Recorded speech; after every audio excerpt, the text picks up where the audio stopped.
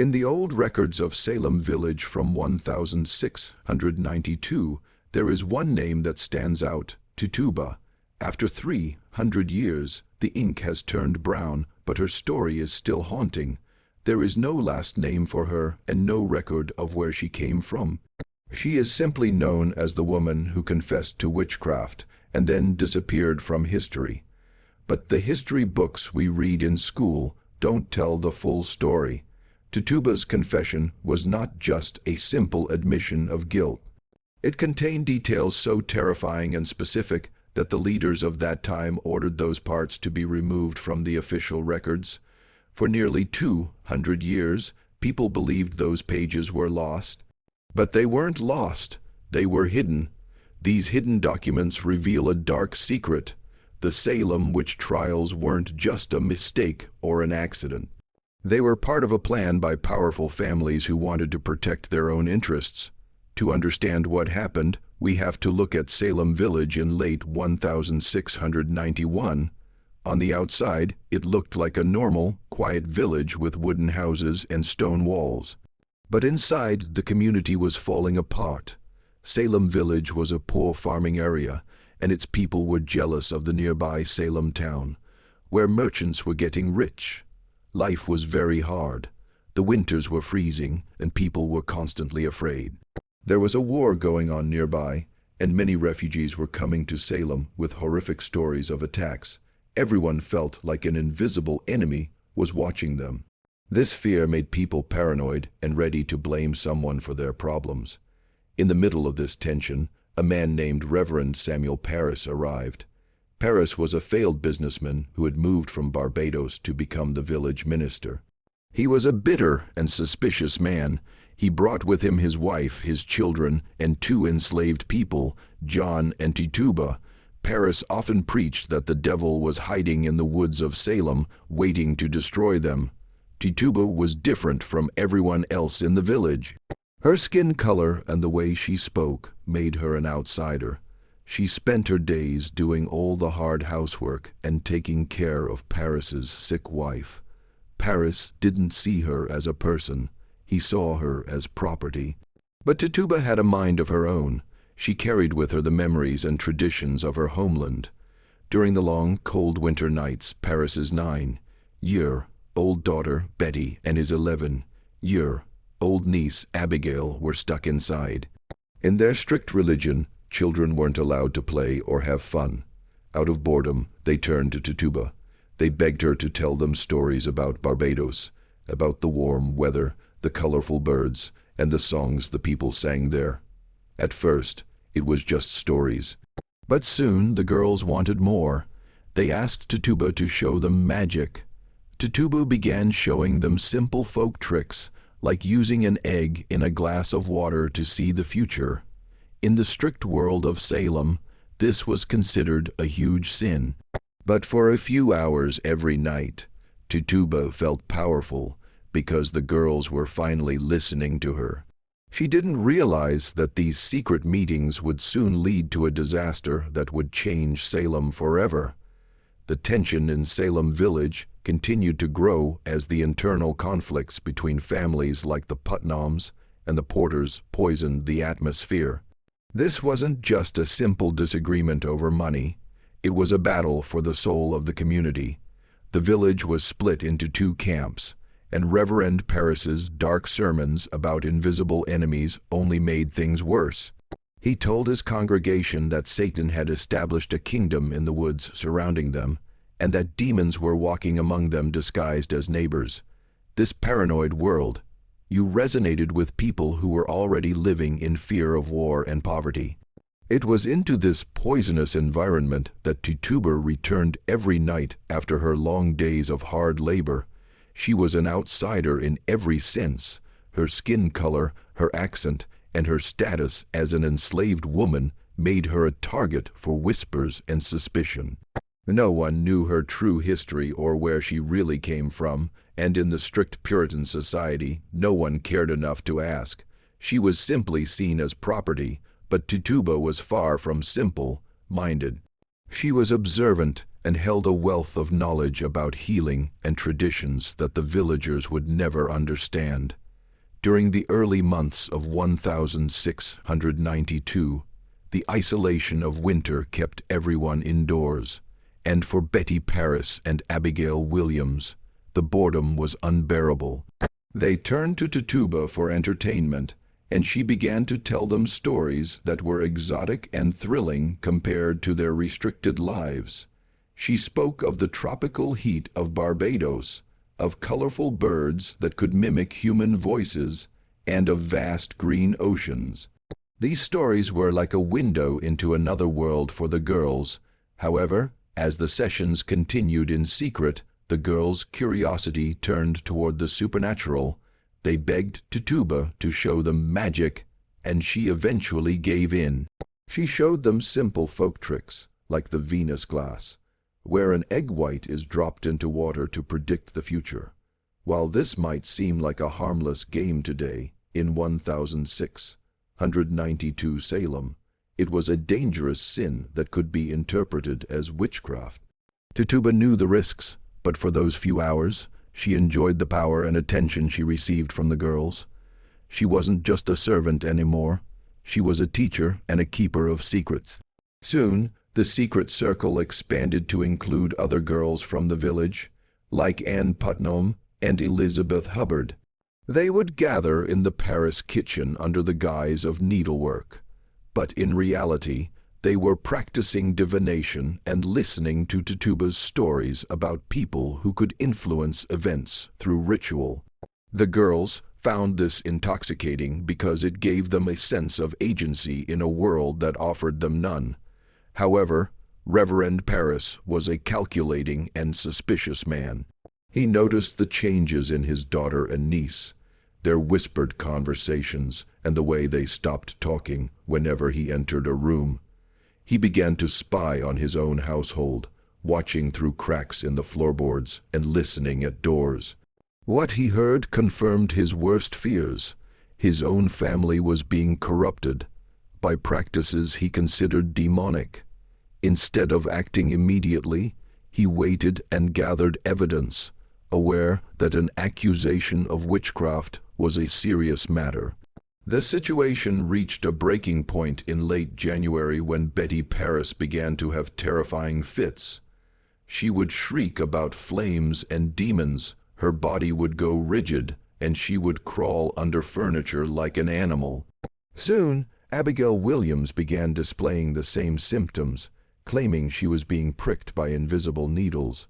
When the village doctor, William Griggs, could find no physical cause for their behavior, he delivered the diagnosis that would doom the village. The evil hand is upon them. This meant witchcraft. The news spread like wildfire, and panic gripped the community. If the minister's own children weren't safe, who was, as the affliction spread to the other girls in the circle, the pressure to name the witches became immense. For weeks, the girls refused to speak, claiming the witches were choking them. But behind the scenes, adult influence and family rivalries were shaping the narrative. By late February, the girls were ready to name names, and they didn't choose their targets at random. They pointed at 3 women who were already marginalized: Sarah Good, a homeless beggar; Sarah Osborne, a woman who had scandalized the village; and Tituba. These 3 women were the perfect scapegoats because they had no power and no one to defend them. Tituba, in particular, was the key to the entire conspiracy. The powerful Putnam family knew about her kitchen sessions and realized that a confession from her would validate the existence of a witch coven in Salem. What they didn't realize was that Tituba had already made a choice. She had seen the net closing in on her and decided that the only way to survive was to give the magistrates exactly what they wanted to hear. When the public examinations began on March 1st, the meeting house was packed with terrified villagers. Sarah Good and Sarah Osborne maintained their innocence, but their denials only made the girls' fits worse. Then it was Tituba's turn. Unlike the others, she didn't deny the charges. Instead, she raised her eyes and declared, "The devil came to me and bid me serve him. This confession changed everything. It turned a local incident into a cosmic battle between good and evil. Tituba began to describe an elaborate conspiracy involving a tall man from Boston and a black book signed in blood. She spoke of flying through the air on sticks and meeting with other witches at night. Her vivid descriptions provided the framework that the trials would follow for the rest of the year. She had weaponized the community's own fears to protect herself, but in doing so, she had unleashed a monster that she could no longer control.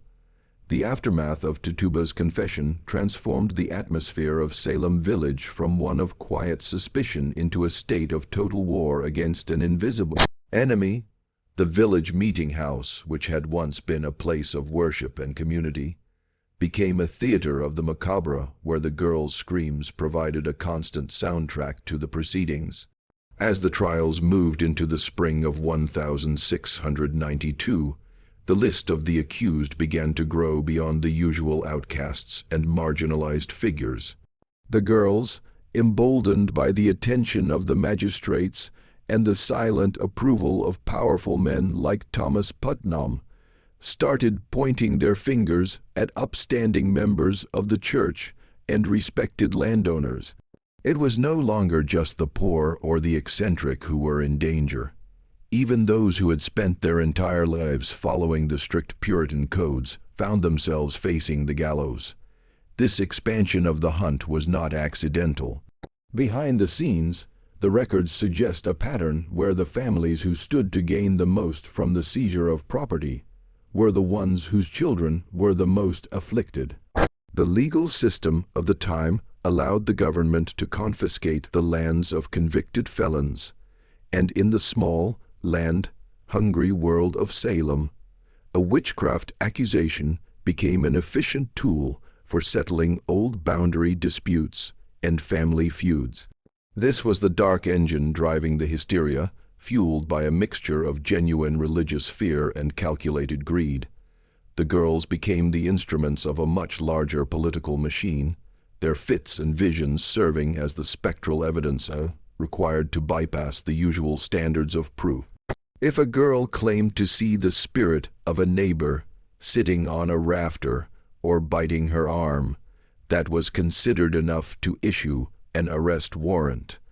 There was no defense against an invisible ghost that only the accusers could see. As the jail cells filled to capacity, the climate of fear made it impossible for anyone to speak out against the madness. To question the validity of the girl's claims was to be seen as an ally of the devil himself. Even those who privately doubted the existence of a massive witch conspiracy remained silent, watching as their friends and neighbors were dragged away in chains. The psychological toll on the community was immense, as parents began to watch their children with suspicion, and children learned that a single word could destroy an adult's life. The power dynamics of the village had been completely inverted, placing the lives of the elders into the hands of young girls who had previously been the most powerless members of society. This newfound authority was intoxicating for the girls, who now traveled from town to town like celebrities, their presence requested to sniff out witches in other communities. Meanwhile, Reverend Parris continued to stoke the flames from his pulpit, framing the trials as a holy crusade that would purify Salem and restore its standing in the eyes of God. He used the chaos to consolidate his own power, targeting his critics and labels them as agents of darkness. The court itself, led by judges like William Stoughton, was obsessed with obtaining confessions at any cost. They believed that a confession was the only way to save a soul, but in reality, it became the only way to save a life.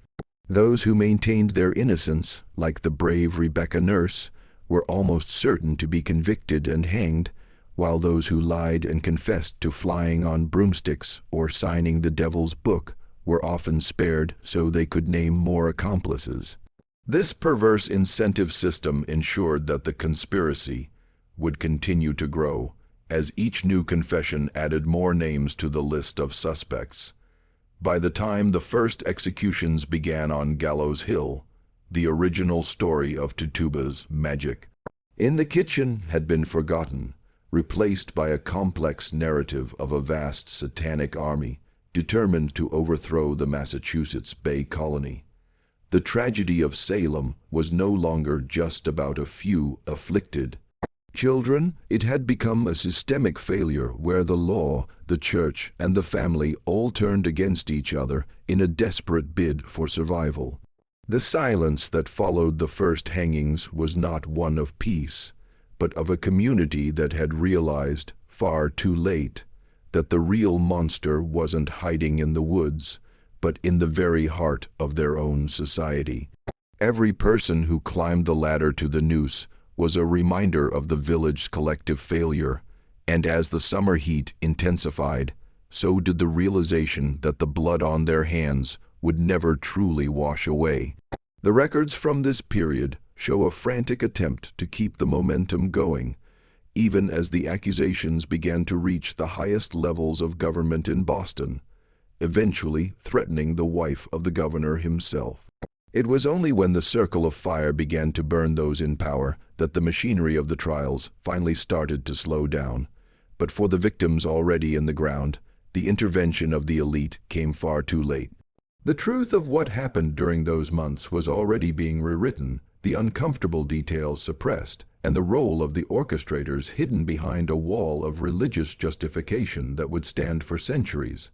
As the summer of 1692 reached its peak, the atmosphere in Salem became even more suffocating, as if the very air was thick with the weight of pending executions and broken lives.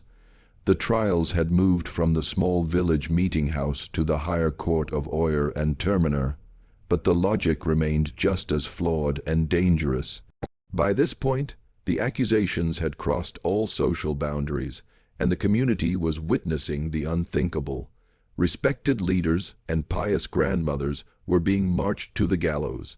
One of the most heartbreaking moments of this period was the case of Rebecca Nurse, a woman so kind and well-regarded that even the jury initially found her innocent.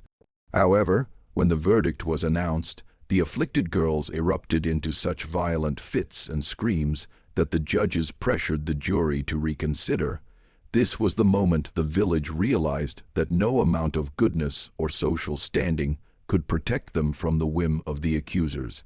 The legal process had become a trap where logic was discarded in favor of sensationalism.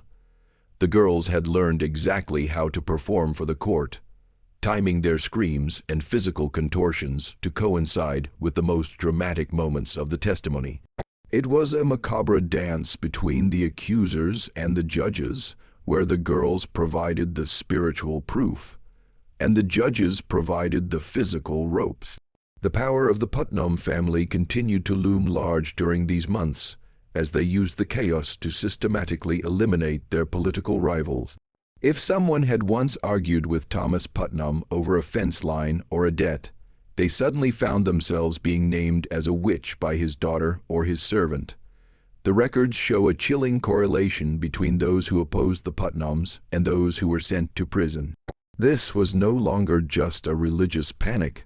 It was a cold, calculated purge of the community. In the heat of July and August, the executions became a regular occurrence on the hill outside of town. The sight of neighbors hanging from trees became a part of the landscape, a permanent scar on the collective memory of the survivors. People began to lock their doors and avoid looking each other in the eye, fearing that a simple nod or a frown could be misinterpreted as a curse. The economic life of the village ground to a halt. Crops were left to rot in the fields because no one dared to work together, and cattle wandered aimlessly because their owners were in chains or had fled the area. Even the children were not safe from the madness. At one point, a 4-year-old girl named Dorothy Good was arrested and kept in chains for months because the afflicted girls claimed her spirit was biting them. The trauma inflicted on the youngest members of the community created a cycle of fear that would last for generations.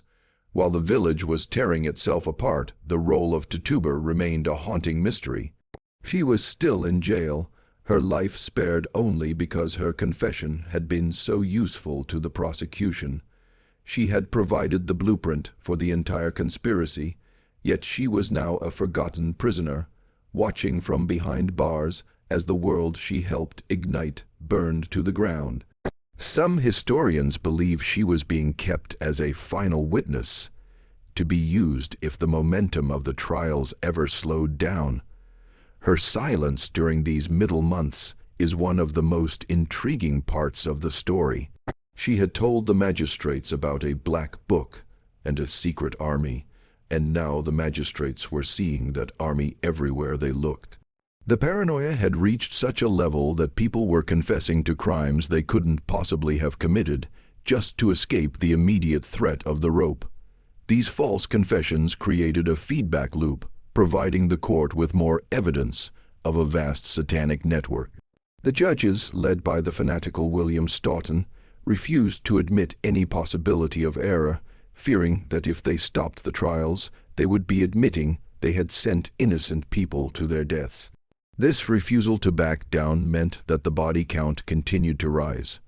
The tragedy was compounded by the fact that the religious leaders, who should have been voices of reason, were often the ones loudest in their calls for blood. They framed the conflict as a literal battle for the kingdom of God, making any form of dissent look like treason against heaven.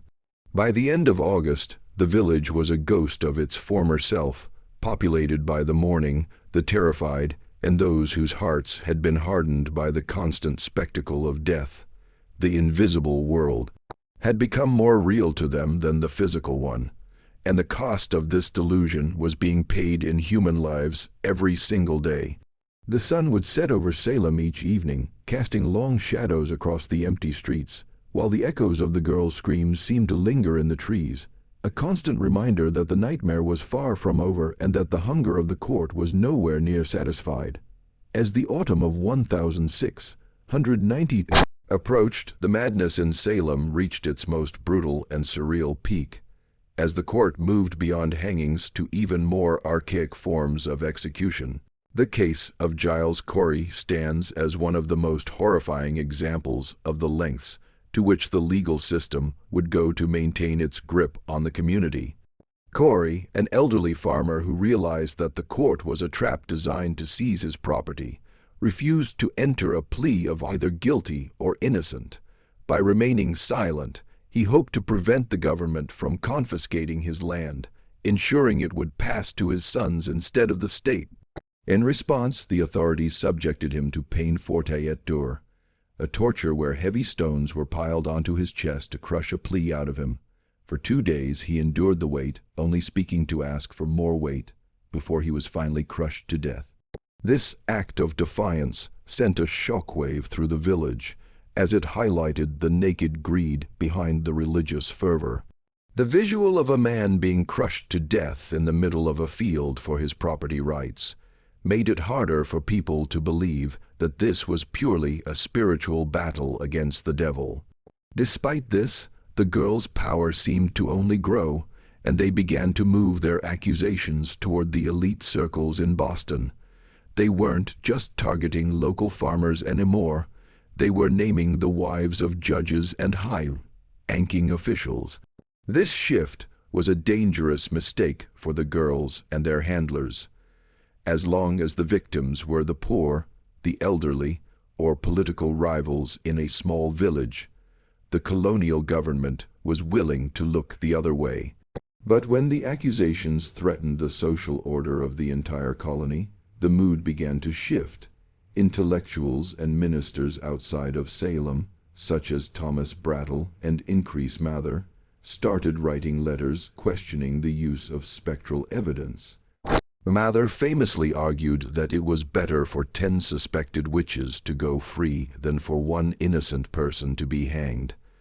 This was a radical departure from the mindset that had dominated the summer. However, inside the village, the paranoia was too deep to be cured by a few letters. The prisons were still overflowing, and the conditions were wretched. Families were being bankrupted by jail fees, as prisoners had to pay for their own food and even the use of their chains. If a prisoner died in custody, the family still had to pay the bills before the body was released for burial. This created a cycle of misery where death was the only escape from a debt that could never be paid. Tituba, still languishing in her cell, became a symbol of this forgotten class of prisoners. She had served her purpose for the prosecution, and now she was simply a liability. The records show that even as the trials began to slow down, no one made a move to release her. She was a woman who knew too much about how the hysteria had been manufactured in the Paris kitchen, and her continued silence was essential for those who wanted to protect their reputations. The psychological atmosphere of the village was now one of exhaustion and deep, simmering resentment. People were beginning to realize that the girls' fits often coincided with the arrival of people the Putnam family disliked. The curtain was starting to fall on the performance, but the damage was already permanent. Over 20 people had been executed, and hundreds of lives were ruined. The fields were overgrown with weeds, the local economy was destroyed, and the trust that holds a community together had been completely vaporized. As the first cold winds of October began to blow, the governor finally moved to dissolve the Court of Oyer and Terminer, forbidding the further use of spectral evidence. This effectively ended the witch hunt, as there was no other proof to hold against the accused. But for Salem, the end of the trials was not the end of the nightmare. It was merely the beginning of a long, painful silence as the survivors had to figure out how to live next door to the people who had tried to kill them. The end of the legal proceedings did not bring the peace everyone expected. Instead, it ushered in a period of heavy silence and deep shame. In early 1693, as the remaining prisoners were slowly released, the village had to face the wreckage of its own making. However, there was a major problem. The government and the church were not ready to admit they had committed a massive judicial murder. Instead of an open apology, a systematic process of erasure began. The influential figures who had supported the trials, including the judges and the Putnam family, started to realize that the records of the past year were a roadmap of their own cruelty and greed. They began to use their influence to edit the narrative. This is where the story of Tituba takes its most mysterious turn. While other accused persons returned to their broken homes, Tituba remained in jail for over a year after the trials ended because Samuel Parris refused to pay her jail fees. He was done with her. She was a witness to his own failures and the secrets of his household. Eventually, an unknown person paid her fees and purchased her, and she vanished from the records of Salem forever. It is widely believed that this disappearance was not an accident, but a calculated move to remove the primary witness of the conspiracy. By making Tituba disappear, the powerful families could claim that the whole episode was just a tragic mistake caused by a foreign influence, rather than a planned purge of their neighbors. This was the beginning of the sanitized version of Salem's history that would be taught for centuries. The official documents from this time show gaps and missing pages where Tituba's detailed testimonies should have been. These missing pieces contained names and connections that would have implicated the highest levels of Massachusetts society. The elders of the village wanted to bury the truth along with the victims on Gallows Hill. They encouraged the community to move on and stop talking about the dark times. But the trauma was too deep to be ignored. Families who had lost mothers and fathers to the gallows were now living next to the people who had testified against them. The fields that had been neglected during the trials were now haunted by the memories of those who used to till them. The church, which should have been a place of healing, was still led by Samuel Parris, who refused to acknowledge his role in the deaths of his own parishioners. This led to a years-long struggle within the congregation as the survivors fought to have Paris removed. They saw him not as a man of God, but as the man who had invited the wolf into the fold. The archives from this period are curiously thin, showing how the leaders were trying to rewrite their roles in the tragedy. They wanted to be remembered as the defenders of the faith, rather than the persecutors of the innocent. But the truth was hidden in the shadows, in the things that were not written down. Every missing document and every redacted name in the court records was a deliberate attempt to protect the reputations of the elite. They created a story of mass hysteria to avoid taking personal responsibility for their actions. This cover-up was so successful that for 200 years the world believed the Salem witch trials were just a bizarre accident of history. But the erasure of Tituba and the suppression of the files suggest something much more sinister. A community that chose to destroy its own history to save its own face.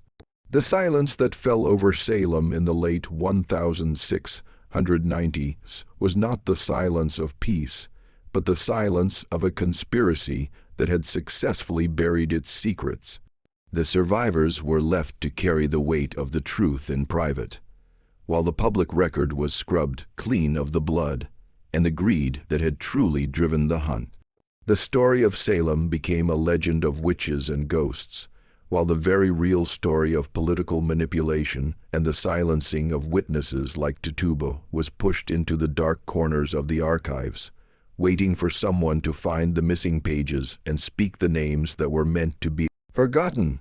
As the years turned into decades, the legacy of the trials began to shift from a painful memory into a carefully constructed myth.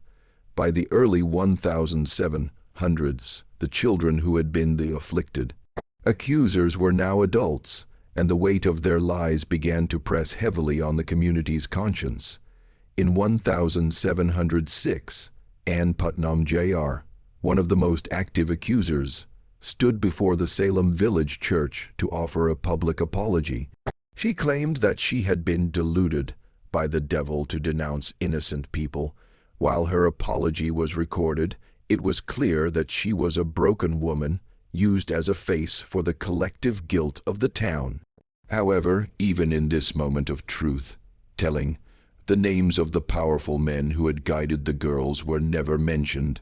The narrative was being framed as a spiritual mistake, a moment where the village was tricked by supernatural forces, rather than a human conspiracy of land grabs and political purges.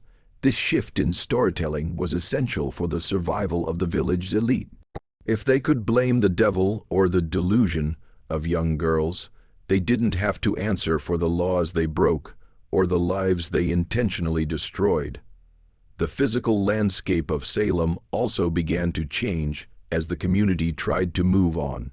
The witch house and the sites of the examinations were kept, but the actual locations of the executions and the mass graves were left unmarked, eventually becoming lost to time.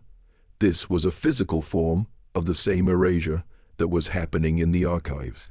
The people of Salem wanted the tourists and future generations to see the lessons of the trials without seeing the specific evidence of the crimes. They turned the tragedy into a cautionary tale about religious extremism, while carefully hiding the financial records that showed how much property changed hands during the height of the hysteria. The descendants of the victims were often silenced or pushed out of the area, while the descendants of the accusers and judges remained in positions of power, ensuring that the official story remained safe. During this period, any mention of the Black Book or the specific details of Tituba's confession was treated as a dangerous relic.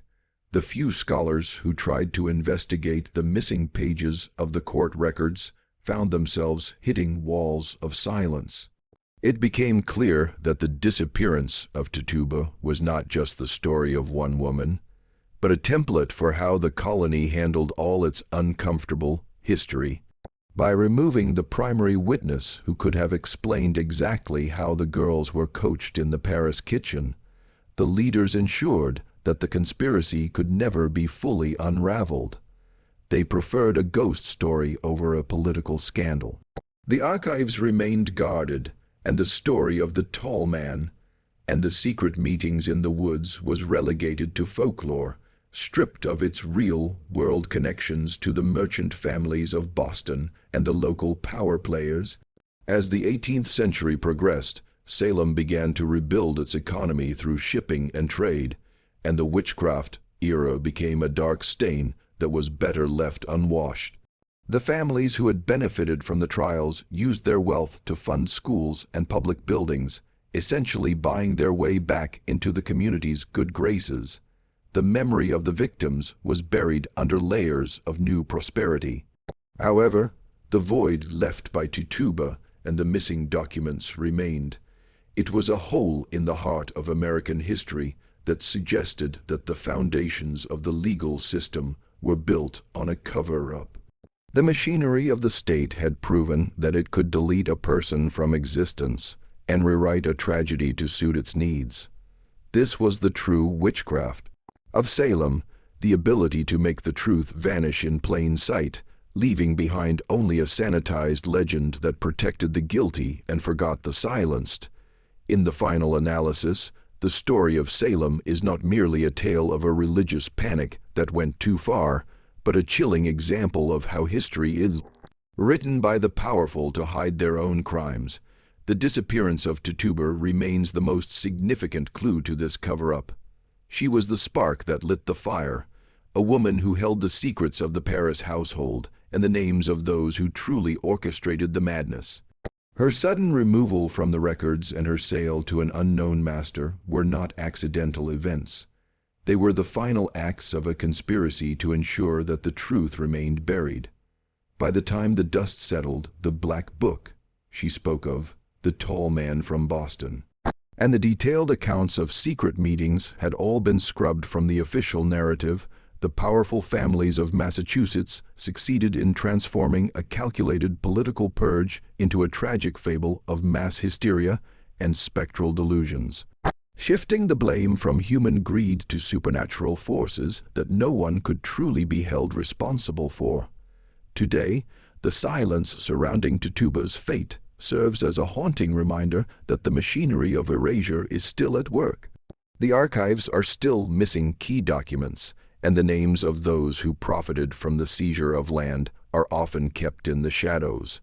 The real tragedy of Salem was not just the executions on the hill, but the systematic destruction of the evidence that would have given the victims justice. Some ghosts do not haunt old houses. They haunt the gaps in our history books, living in the spaces between what we are told and what actually happened.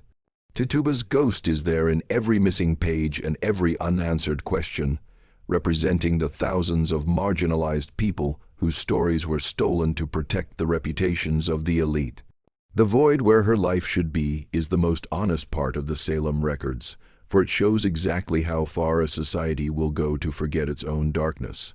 As we look back at the events of 1692, we must realize that the witch hunt never truly ended. It simply changed its form. The ability of the state to silence witnesses, redact truth, and rewrite the past is a power that remains as dangerous today as it was 3 centuries ago. Tituba, a woman with no family name and no recorded grave, remains the most powerful figure in the story because her absence proves the lie. Her silence is a message that continues to speak to anyone willing to look past the sanitized legends. It tells us that history is often a mask worn by the winners, and that the greatest secrets are not hidden in the woods, but in the very documents we are told to trust. The story of Salem ends not with a resolution, but with a warning that the most terrifying thing about the past is not what happened, but what we are still not allowed to understand.